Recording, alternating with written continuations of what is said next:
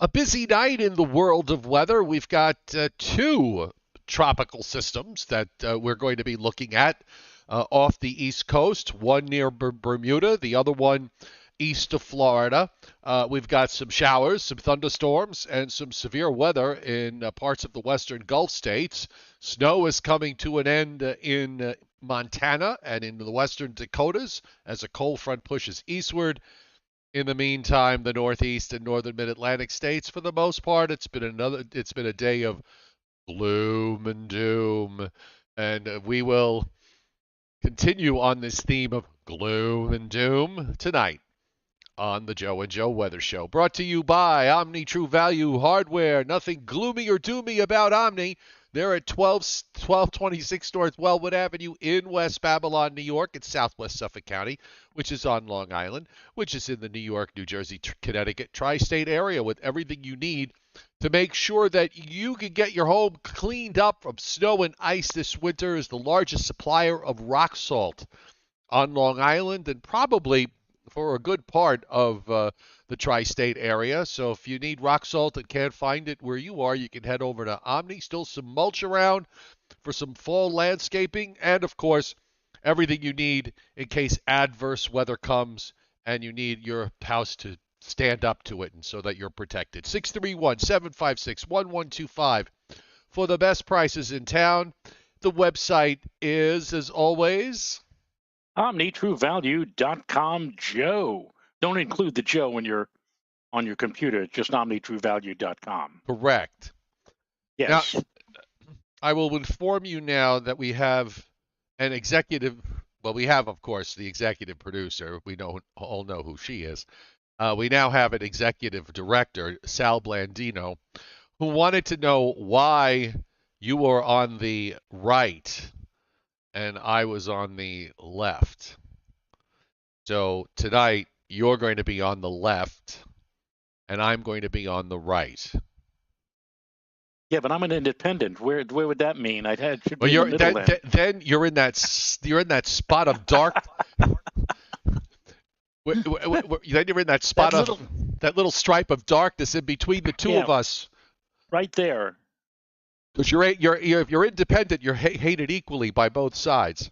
Because you stand for nothing. Yes. According to them. What? According to them. Yes. And yeah, just on that note, quickly, this is just not saying anything political. I actually voted. We have early voting here in Georgia, so I already voted. And I have to tell you, Joe, I really, really struggled with my selection for the Commissioner of Dirt. No, I'm serious. Really? They have a soil commissioner, which, I understand it. This is a rural, much of the state is rural. But I didn't expect to see that. So in my mind, I'm like, oh, we've got a commissioner of dirt. So anyway. Didn't we have a commercial many, many, many years ago with Mr. Dirt? I forget what the product was, but. Yes, we did. I don't remember the product either. No. All right. I remember Calgonite, which was, I'm the spot maker. And he would just go around leaving spots on the dishes. Okay. Anyway, actually quite a bit going on around weather-wise. And a lot of what may or may not happen down the road is going to be complicated by possibly two tropical systems. One in the short term that's now close to Bermuda, that the Hurricane Center is giving a high probability that this could become a tropical or a subtropical depression or a tropical or a subtropical storm in the next day or so. And then we've got something that is developed. You can start to see the beginnings of what may develop late this week off the southeast coast of the U.S., east of Florida and the Bahamas. And the guidance is still trying to do something in the Caribbean, which may have some implications down the road longer term. On top of that, we've got some interesting views of the polar vortex today that I saw. Gonna make forecasting a little interesting over the coming days, I think. In the meantime, it's gloom and doom. Well, we do have a lot of low-level moisture that covers much of the northeastern part of the country, and it is because of that we are stuck with what we have out there now. A lot of cloud cover, not a whole heck of a lot of precipitation. Now, I'm going into a mid-course correction as those words were flowing out of my mouth. If you are watching us from parts of central and especially eastern Long Island, you've had your fair share of moisture. There have been some rather hefty amounts of rain that has fallen over the last 24 hours. And then again, for other parts of the tri-state area, there has been not much, maybe a little bit, little spotty shower activity here and there. But again, Joe, as you are correct in saying, at least describing, gloom and doom. The skies really were not very nice looking today.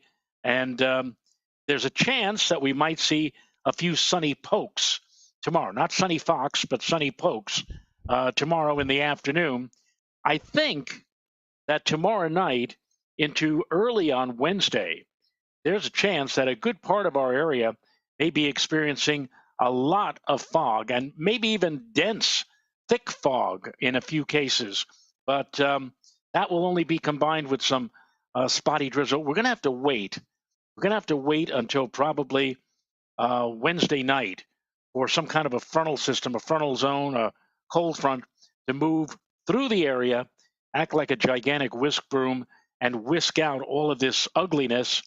And then actually, if you can wait, and some of you can't, but for those of you who can wait until Thursday and Friday and into the upcoming weekend, the weather looks, if I may use I don't think you can find this word in Webster's dictionary, but I'll use it anyway, a splendiferous or resplendent, that's a word in the dictionary, series of days, Thursday, Friday, and again into the start of the upcoming weekend. It looks like a very nice, hard to believe, Joe, this weekend, the last weekend in October, as we get ready to throw out the big rug for November, which is coming up next week. And as we were talking about yesterday, you think the pattern is seemingly favoring a very active and very unusual month of November coming up. We'll see. Well, it could be. There's just a lot going on, and I think a lot of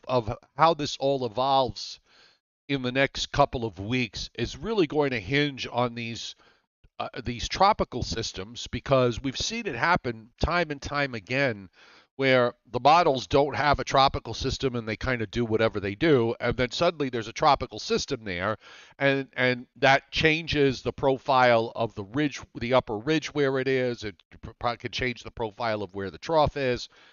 And we've got these two systems off the east coast that I think it doesn't even have to really develop very much. Sometimes even just a minor system can have a downstream impact on the overall pattern. Yeah, I think it's funny because this morning I looked at the 6Z run. I don't know if you got to look at the 6Z run from overnight, which late in the period just had everything we talked about yesterday about an early snowfall in the Northeast. Came to view on that 6Z run, and I'm going to see if I can find a map of the CFS model, which is the climate forecast model, which is also CFS stands for can't forecast, and then fill in the last word with the four-letter word that starts with S. But I want to see if I can find this one graphic of theirs. Let me just get the super chat hits, Joe, because we've got 3 of them already. We have the chairman, Scott Briller, and this also reminds me of a programming note that next Sunday we will have a special Briller cooking Jeopardy with Miss Renata, the Halloween edition. So I should be scared. But we'll see. Also, just want to give everybody a heads up. Next Sunday, the Sunday show coming up this Sunday, which normally would be at 11 a.m., is going to be at 7 p.m. Eastern time. So it's going to be a Sunday night Joe and Joe weather show at 7 p.m. Eastern time. But Joe, if it's 7 p.m., then I'm going to miss out on Lassie. Yes, you can DVR her. Brandon Doherty hitting super chat today. Thank you, Brandon, with the little birdie and the thumbs up. And hurricane statistician Anthony Orr hitting super chat also. And Anthony notes that from 1950 to 2021, 19 hurricanes, 19 of them, Joe, have made a U.S. landfall in the month of October. 10 of Yep. them were in Florida, 6 of them in Louisiana. And that 19 does not include does not include Sandy, since it technically didn't make landfall as a tropical cyclone. So those are the stats for the month of October. Doesn't look like we're going to be adding to those stats from a hurricane perspective this October, even though we may still get another name or two out of the way. That's not impossible. But we'll see. In the meantime, yeah, they had thunderstorms, Joe, on eastern Long Island today. And actually, this was probably a really solid event from the standpoint for southeastern New England. I don't know what their rainfall totals have been, but they certainly should have seen a fairly widespread couple of inches of rain, which puts a nicer dent in the drought situation. Yeah, there's still some places, and I'm hoping that this upcoming Thursday, when we get the latest drought update from the Climate Prediction Center, that at least Putnam County, where I live, is out of the drought, or at least severe drought category, which it has been in for many, many weeks now. We could use a little bit more in the way of rainfall, a little bit more than what we received today. We did not, Joe, up here see anything near what they had on Long Island. And no, we didn't even get a rumble or grumble of thunder either. The weather was, in a word, indifferent. Nothing happened aside from maybe some spotty shower activity, brief shower activity here and there. But really, it was kind of a boring, cloudy, dreary day. I won't use the word doom. It doesn't look like it was doom weather, but it was not a pretty day out there today locally. Yeah, no, for sure. Meanwhile, here in the southeast, or at least up where I am in North Georgia, it was a nice day today, another day of sunshine. It has only rained since September 4th, Joe. September 4th, only 2 days. I only had rain on 2 days. Both of those rainfalls were minor, and both of them occurred at night. So it's been a very, very. This is the dry season in the southeast, and it really has played up according to plan because the weather this autumn has been gorgeous.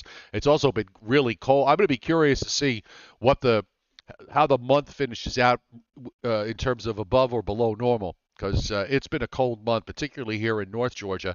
And the low this morning, just to give you an idea of the temperature range, my low this morning was 30.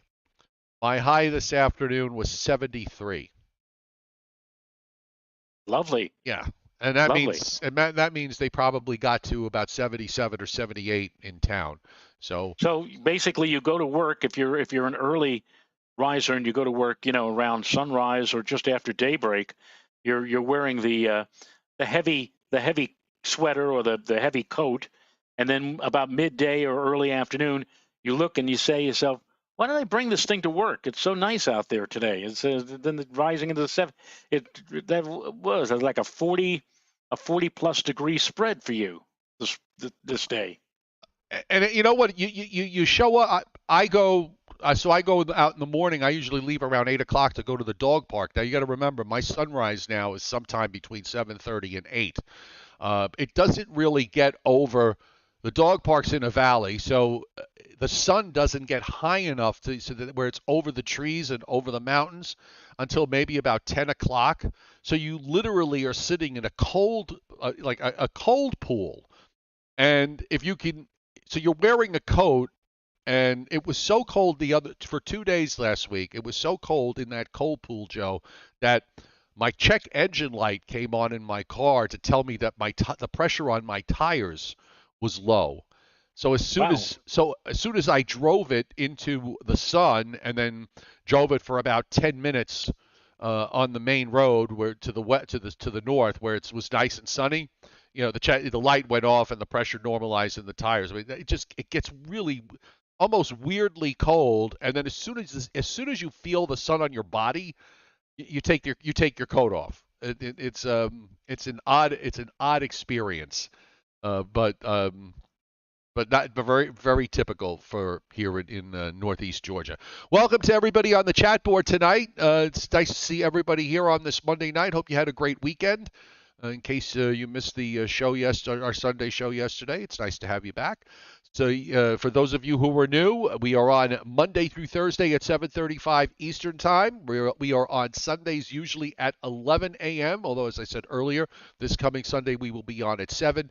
And Friday and Saturday, Joe and I take the day off. But if there is some serious weather going on, we rearrange the schedule accordingly, and of course we will let you know. But turn on your notifications on your when you subscribe to my YouTube channel, and you'll be notified every time the Joe and Joe Weather Show is on, so you don't miss it. And on that note, why don't we? I'm trying to.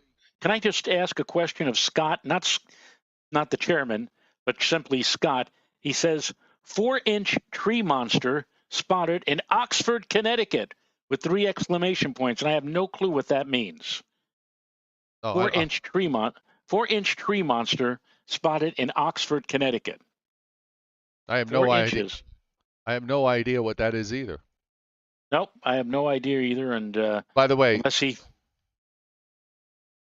yes. No, go ahead. Finish your thought. No, I said unless he gets on the chat board and gives us the idea of what a 4-inch tree monster is, we'll all remain up in the air, so to speak. He does follow up here. He says, feet sorry. Again, I don't know what's going on. Nope. Anyway, so what's new in your life? I was going to say you said nothing. You have said absolutely nothing about my hair. Well, did you shave it? Did you get a crew cut? I don't. Yeah, I got them all cut, Joe. Really? Yeah, I'm not gray. You know, at least for the time being, I don't have much gray hair. Oh, okay. And I had my goatee cleaned up and trimmed, and she did a nice job today with everything. So lovely. You know, every once in a while, I try to go. Yeah, I waited too long this time to go to the beauty parlor, so it needed to be done, and I feel so much better. So one of these days, for the first time since I was 13 years old, one of these fine days, I'm going to get a crew cut and surprise everybody. I'll tell you this much: it's minimalism is wonderful. Hair is vastly overrated. Okay. In my opinion, but anyway. All right. Thought we'd start off with the tight northeast, the tight Atlantic satellite view, so you get a good perspective of the cloud cover in the Northeast and down into the coastal Mid-Atlantic states. Mark G., who's one of our regulars here, messaged me earlier today to tell, because he went to Pittsburgh today, and it was cloud-free.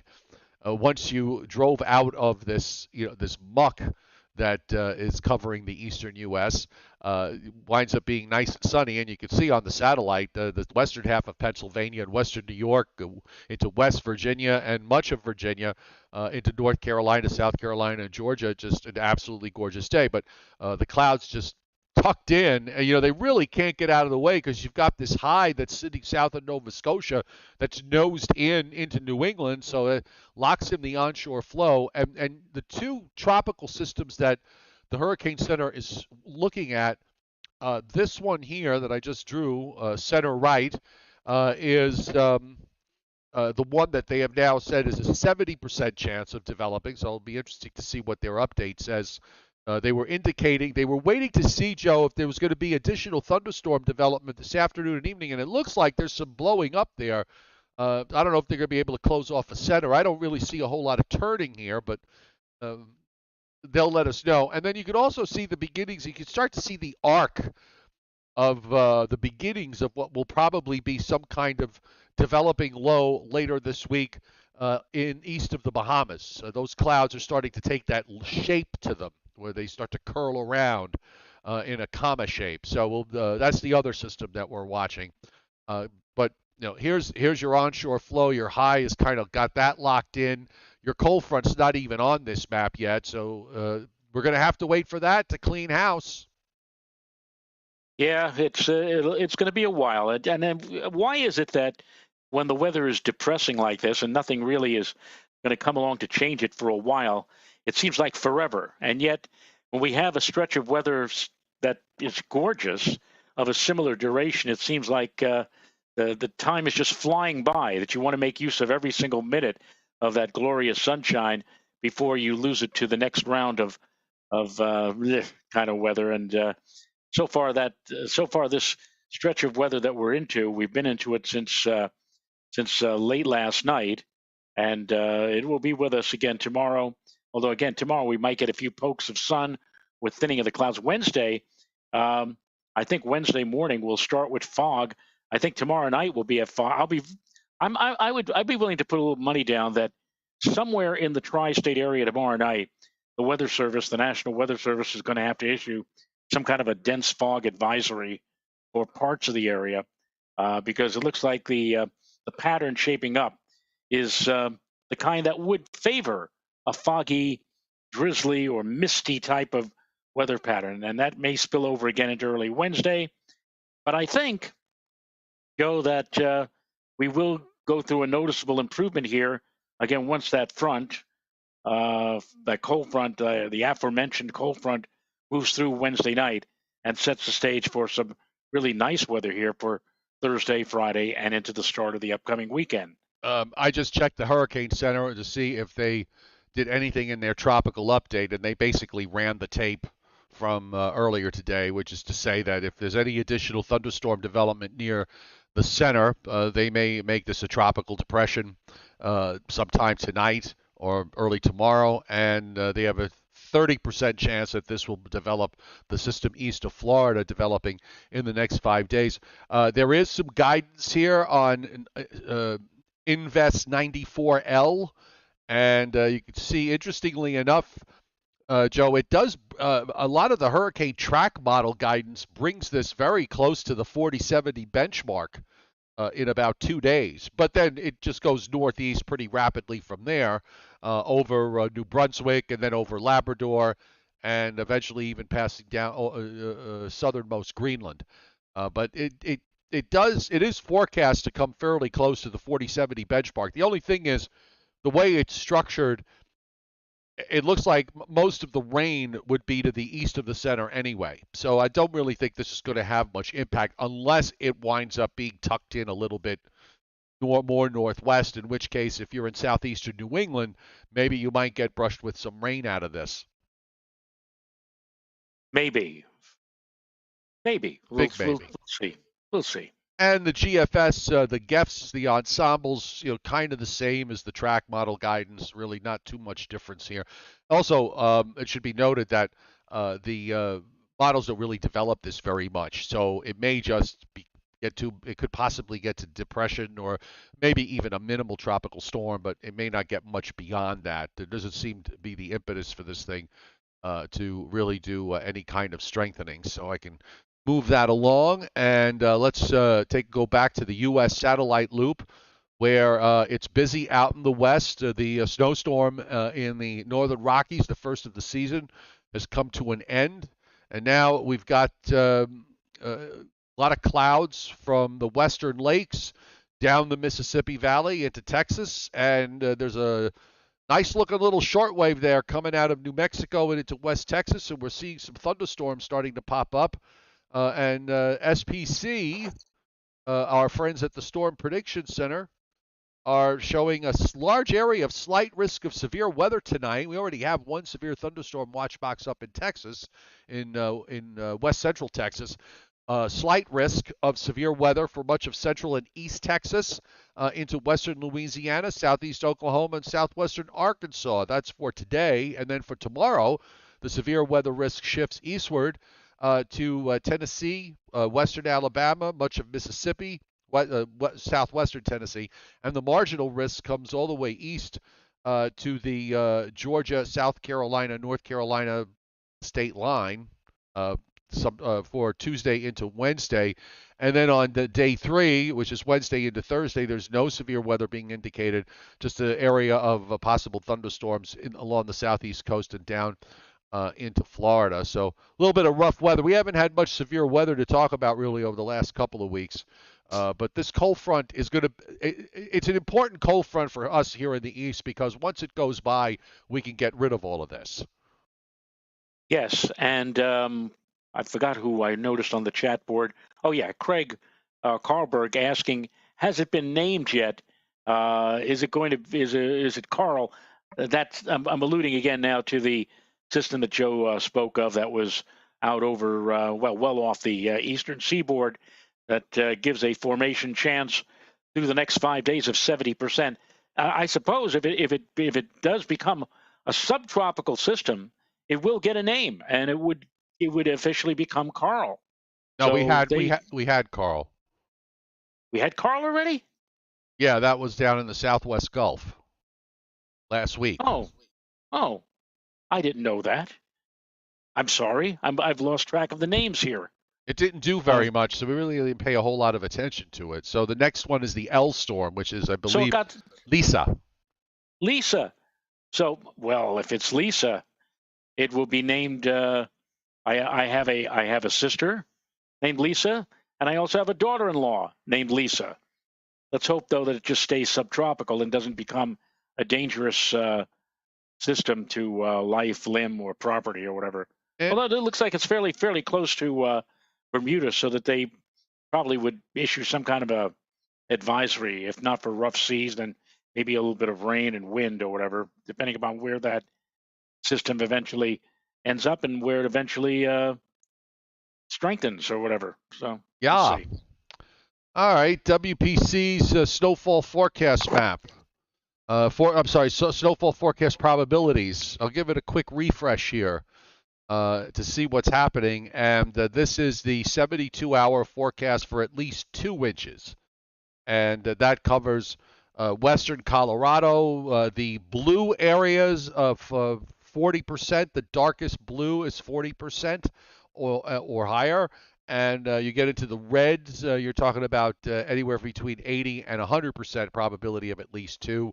Western Wyoming, western Colorado, also up through much of central and northern Idaho, western Montana, and then the mountains in the western half of Washington state. So that pretty much takes care of the snow for the next couple of days. It doesn't look like there's going to be a whole lot.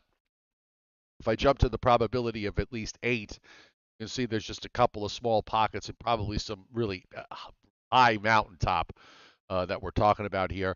And 7-day rainfalls from WPC. Take a look at those. We've got a quarter to a half inch over the next 7 days in most of the Northeast, a little bit more in Maine.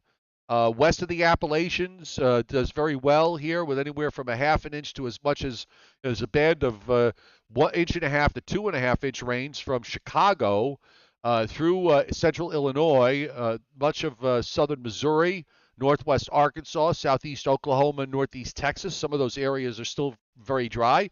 Also active up in central and northern Idaho, and also very busy in the Pacific Northwest with several to many inches of rain coming in to the Pacific Northwest.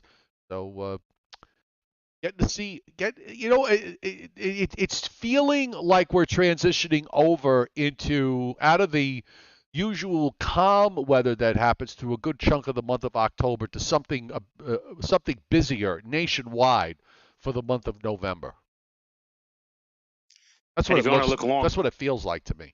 If you want to look long range, next Monday, of course, Halloween, and it looks like, Joe, right now, that the trick-or-treaters may need an umbrella by day's end on Monday of next week. That certainly can change, but it looks like after a spell of lovely weather here from Thursday through much of the weekend, that things are going to go downhill once we get into next week.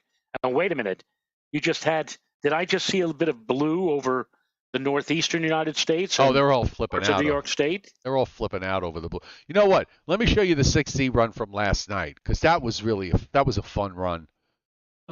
So I just brought it up on the screen. You should have it there shortly, but I'm going to run through it. And it's in the latter part of the forecast period because it takes it takes. You remember that we were talking about the GFS in particular, how in the long range it keeps trying to develop a hurricane in the Caribbean, and it's still doing that today, if not more so.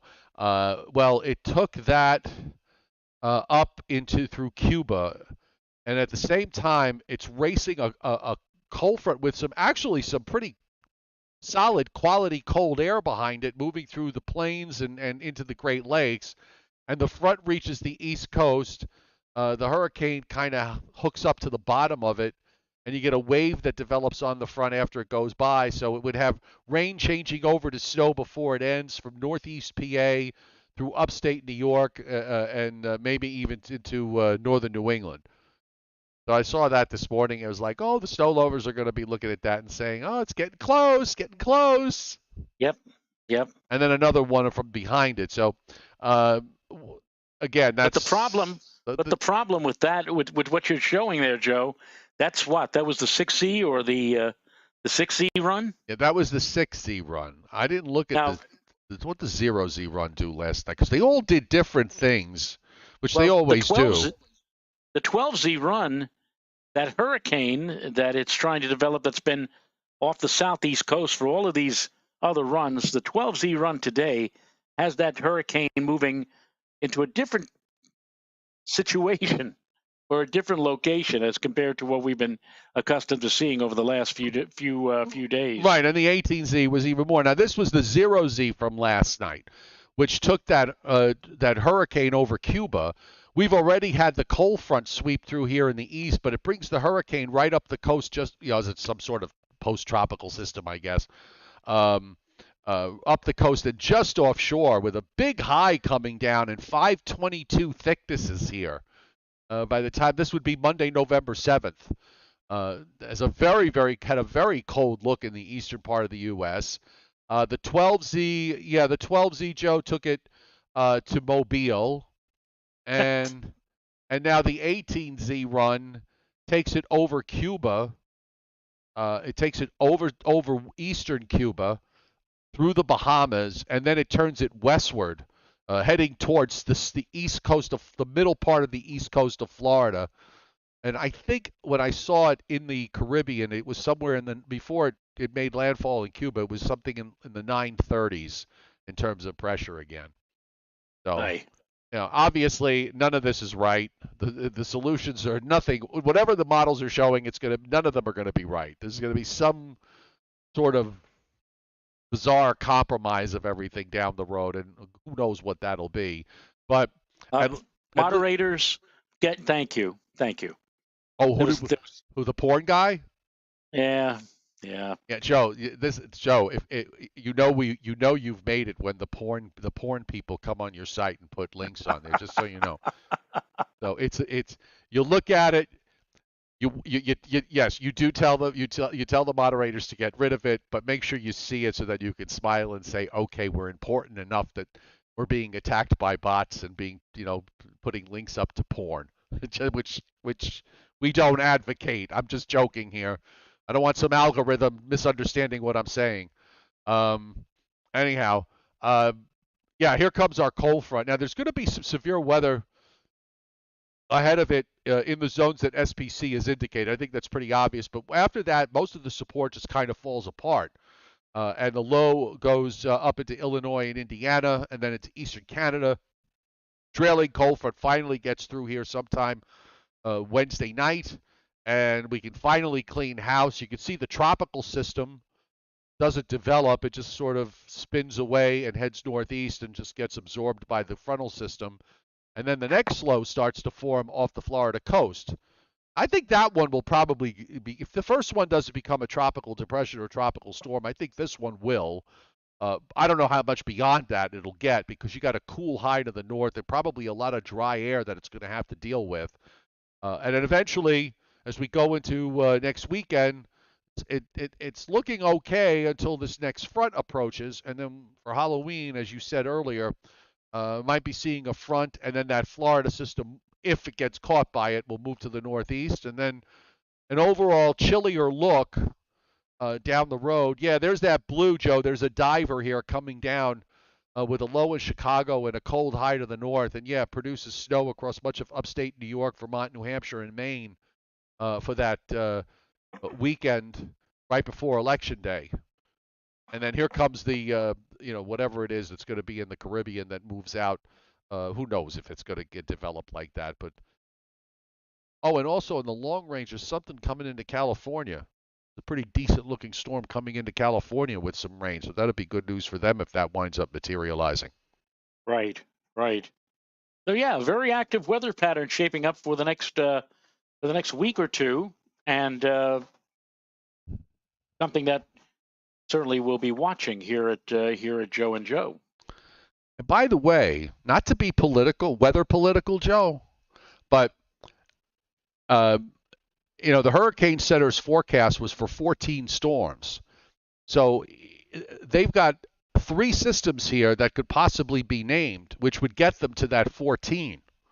Now, I'm not, far be it from me. I am not saying that, they might name the first 2, even if they don't really develop very much, just to get those names crossed off, because, they have their criteria. But I'm just sort of pointing this out that this may be their last chance to get a normal season.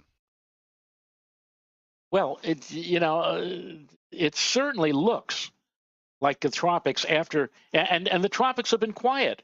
They've been quiet over the last couple of weeks, and this may be the last hurrah that the moisture and the energy is building up now over the intertropical convergence zone, and maybe firing out some disturbances that may eventually lead to the development of tropical cyclones. So it's been quiet, but that's the way it's been so far. We had a very quiet July and August, when then all of a sudden things got very active in September, and then we went into another lull period early October, and it hasn't really, haven't really seen all that much since. So this may be we close out October and move into November. This may be it. This may be a chance for the tropics to fire up one last time.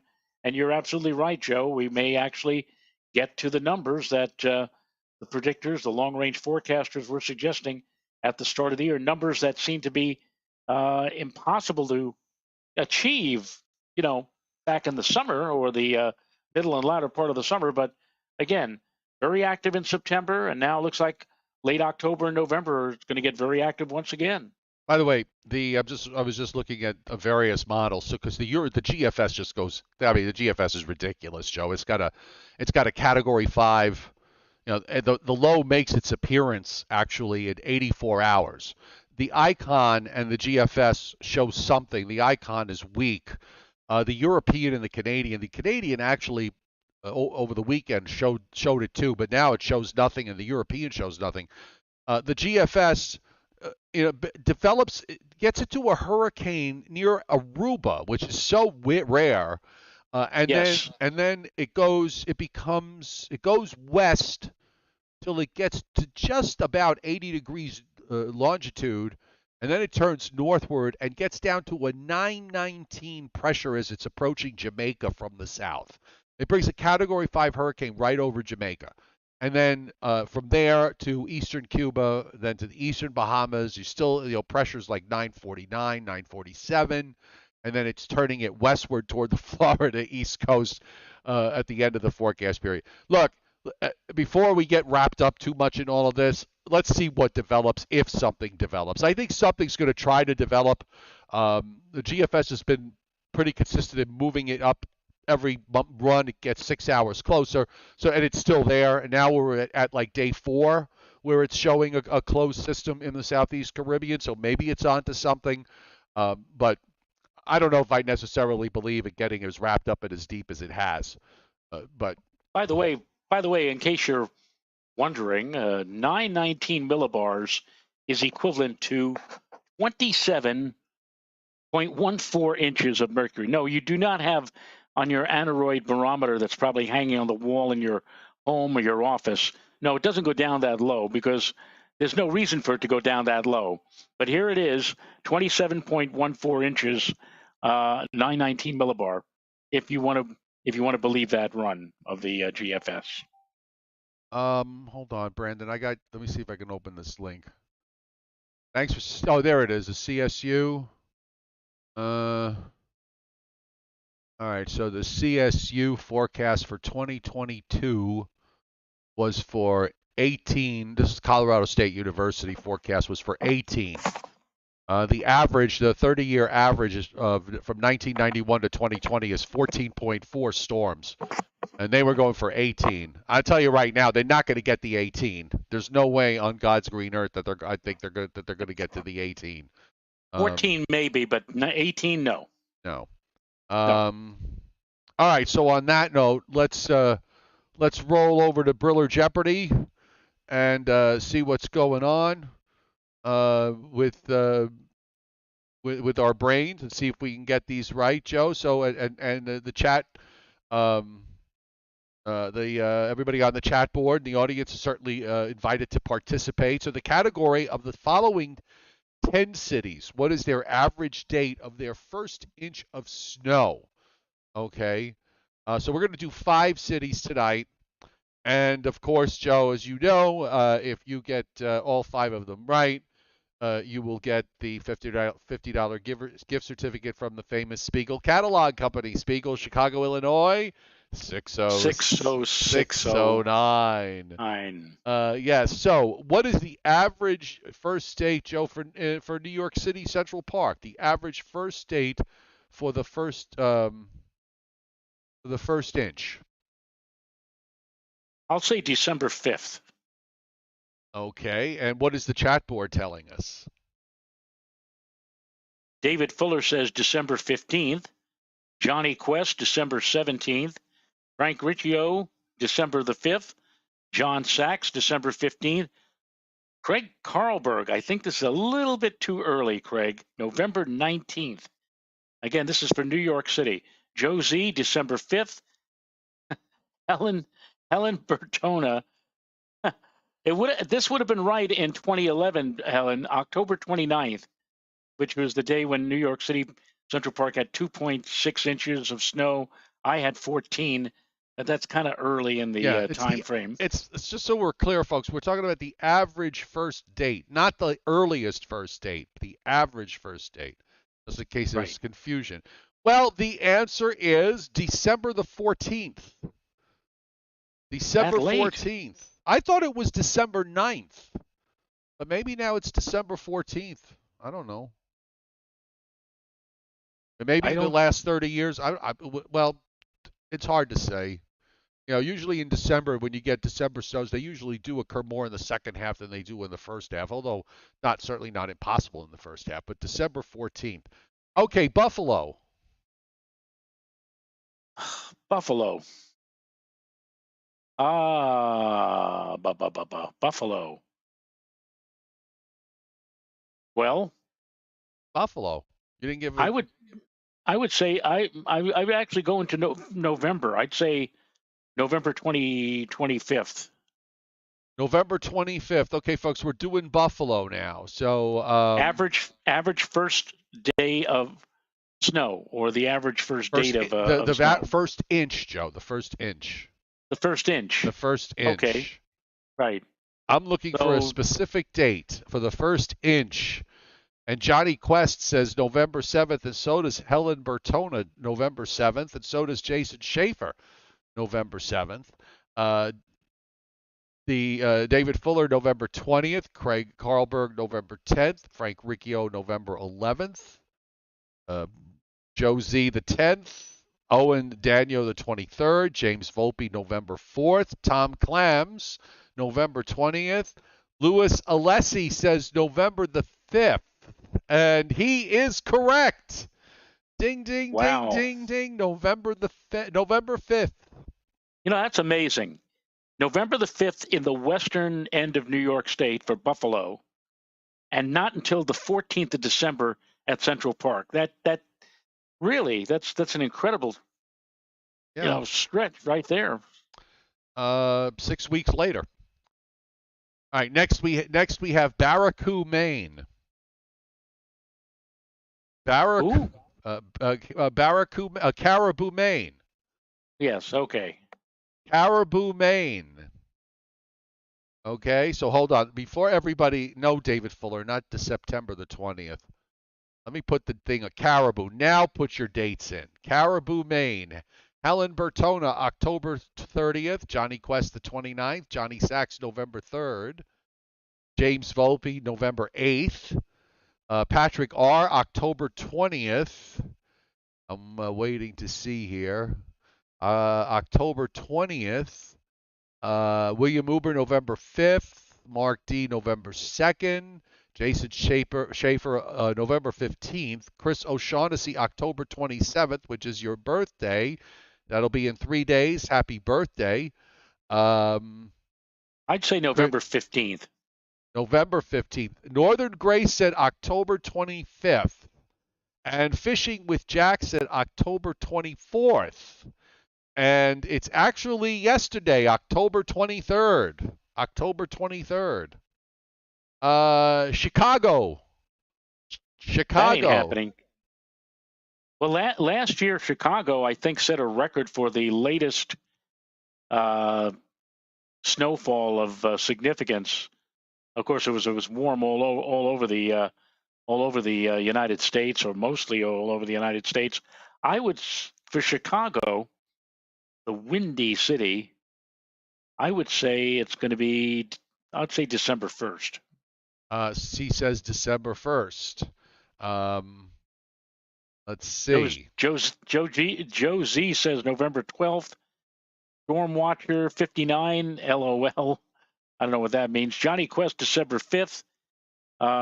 Patrick R., Chicago, October 13th. Owen Daniel, December 7th. Lou Bond, November 16th. Mark D, 42, December the 4th. John Sachs, 77, December the 6th. Ms. Spallerite, November 28th. Well, you know who came really close? Helen Bertona, who said November 17th. The actual day, Joe, is November 16th. November 16th for the first inch. Wow. Now, Miss Spallerite, let's see if you can get this one right. Kansas City. Kansas City. Kansas City. Let me wait. Hold on. Let me put Kansas City. Kansas City. Kansas City. By the way, Leon Probitsky hitting Super Chat tonight. Thank you, Leon. Hope everything is well by you. Kansas City is our final one for tonight, and then we'll do the next 5 tomorrow. So far. Chairman says even. I have no idea. Chris Alley, 15th of December. Owen Daniel, 18th of December. Joe Z, November 30th. Mike Azera, November 30th. Mark DeCara, November 3rd. Johnny Sachs says November 29th. Norm Roberts says November 25th. Frank Riccio says December 12th. Mark D says December 2nd.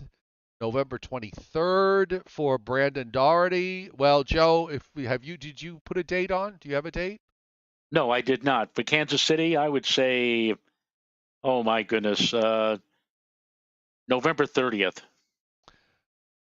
The date for Kansas City is November 27th. November 27th for the first inch in Kansas City. There you go. All right. You have any rants? No, I'm actually feeling good today. Oh, good. I did see someone left a comment, I believe, on the YouTube video that they loved your rant yesterday. That's when we get our highest ratings, right? When Rayo goes into a rant. Could you just remind me, because my short-term memory is zero these days. What was the rant about again? Daylight saving time. Right, daylight saving time. That atrocity. My local newspaper, the Journal News, which covers the Hudson Valley here in New York, front page story on their Sunday edition, saying this may be your last time that we'll ever have to move the clock, because there's growing favoritism for year-long daylight saving time. William So Uber says it's my turn to rant. Well, I got nothing to rant about. I mean, the Giants. I couldn't watch the game because they didn't carry it here, and I'm not paying for the NFL Network thing, so because I'm cheap. But so I was on my phone and I'm refreshing my browser every 5 seconds, so I could see what was going on in terms of because you can go on a website that automatically refreshes and you get tells you who has the ball, what down it is, how many yards. And I was in the middle of my 5 mile walk yesterday toward the end of the fourth quarter and saw when the Giants went ahead. So I'm seeing it's like it was sitting there saying it was 23 seconds left. It seemed like an eternity before it finally went to zero. Hold on, I got to get rid of somebody. Okay, he's done. So I can't rant about the Giants because this was another come from behind victory. And I've always said, a quality team, the quality teams that tend to do well and go to the playoffs are the ones that win games from behind.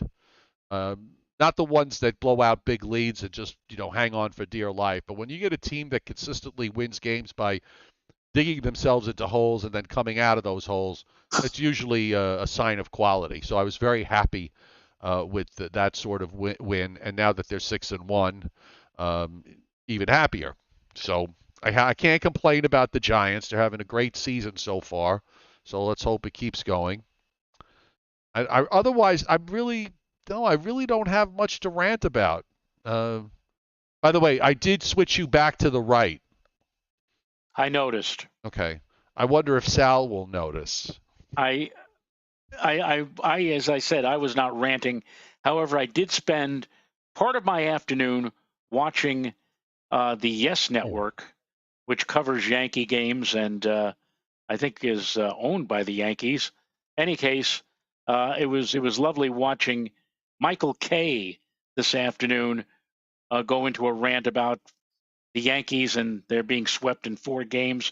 I mean, at one point you could almost see the veins in his neck sticking out as he was really hammering Aaron Boone on the way he managed and it's so amazing, Joe. And I said this before.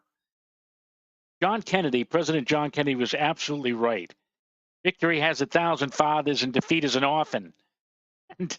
And let me just say that if the Yankees had made it into the World Series, you would not have heard all of the, rants that Michael Kay and his partner, I don't know what the guy's name is, he has white hair and he has a goatee or whatever.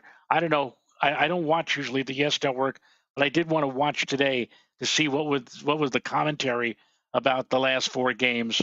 So that was my entertainment this afternoon, was watching the Yankee commentators screaming about how horrible and how could they possibly have, blown this whole thing.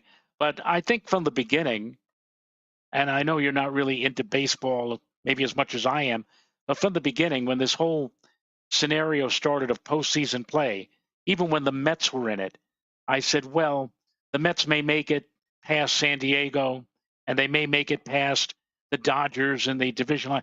I said, but the Astros, I don't think, if they made it as far as the World Series, I don't think that they would have a chance against the Astros. I think the Astros are going to take it all now against, they've won 7 straight games.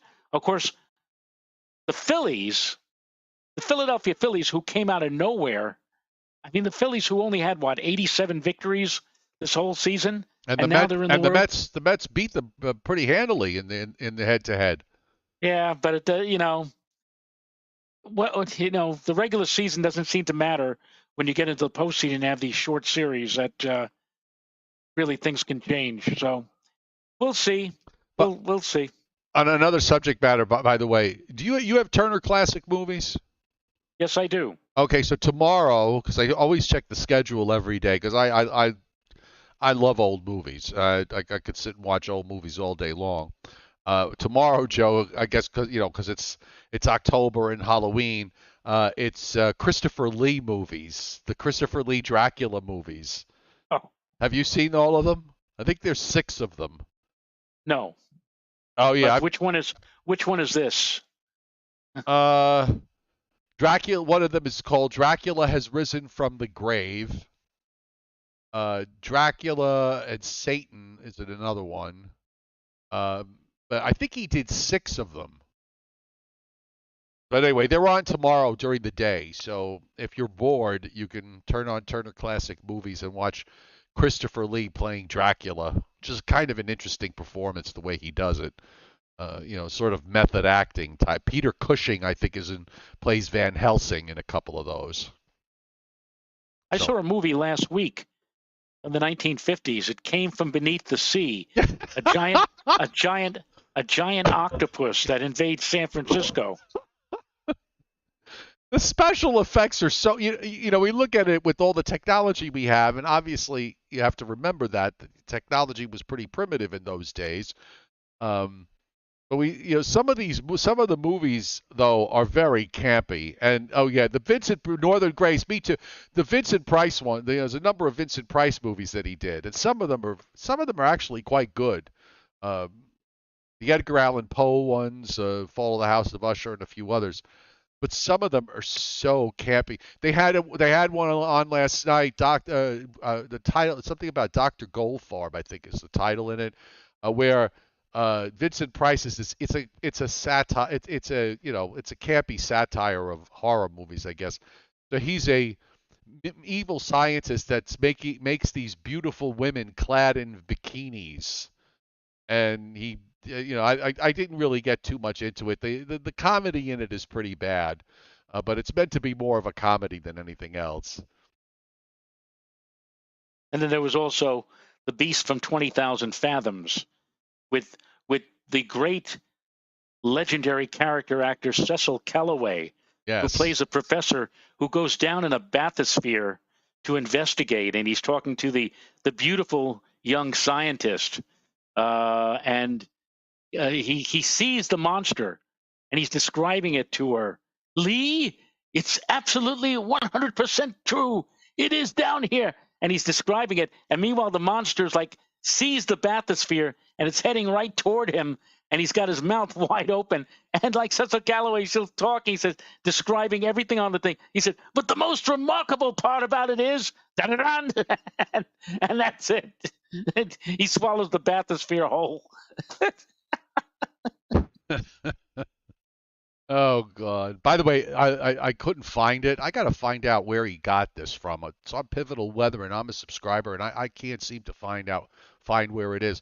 But apparently, Joe, the 756-hour CFS model, the climate forecast model, has snow for all of the Northeast and even the coast, and I'm talking about several inches to a foot plus for November 27th. I think November 27th, somewhere around that time frame. That's a 31.5-day prog, Joe. Yeah, something like that. So, yeah. Well, we know it's like they're almost always right. I mean, we can just set it in stone that it's going to be correct. Oh yeah. Yeah, there are 2 stations up here in the New York area who will go nameless, Channel 4 and Channel 12, that offer 10-day forecasts, which, every time I look at them, I say to myself, oh, really? You have it pinned down all the way out to 10 days. Good luck. Yeah. The only thing I will say about that is that the one thing it might be right about is the fact that we may be in a overall colder pattern for the month of November. Maybe it'll be right on that part of it. I don't know about the snow part of it, or the chances of that being right on a print this far out are almost zero. But it might have the idea that at least it'll be cold enough. That could probably have a higher chance of happening. You see, I'm directly opposite. Now, maybe it's a good thing that I'm not on television anymore, because I would strongly urge the executive producer or the news director. He said, how about instead of 7 days, let's go back to 5. Let's go back to 5 days. At least then we could be more, honest with the general public, in that 5 days is about the limit for any kind of accuracy. Once you go beyond 5 days. You know, I would have paid money to see them make you do TikTok videos. hey, look, they forced me into doing Facebook. I didn't want to have any part of Facebook like 11 years ago, and they said you've got to do Facebook. All the anchors have to do Facebook, and you have to post something at least 3 or 4 times a day. And I hemmed and I hawed, and it wasn't until after they actually fired one of a really good reporter for not doing enough tweets. He said, I'm up to my what in putting together reports and sitting in the edit room and everything else. So now you want me to add on to my time by doing tweets? I refuse. And lo and behold, like a few weeks later, he was gone. Yes. Crazy. How did it go? He met another and he was gone. Oh, you remember that's from Hee Haw, From right? Hee Haw. Where are you tonight? Tonight. Why Why you did leave you me here all alone? I searched the world over and I thought I found true love. You met another and you was gone. You were gone. I think we should end this right now. Yeah, especially because I was 1 second. Especially because I was 1 second ahead of you. All right, so we'll be back tomorrow night at the usual shopping time, folks, which is 7:35 Eastern. And don't forget, just reminding you, next Sunday instead of 11 a.m., we will be on at 7 p.m. Because I'm giving a smart dinner party in the middle of the day. So we'll see you tomorrow, 7:35. Night, everybody. Good night.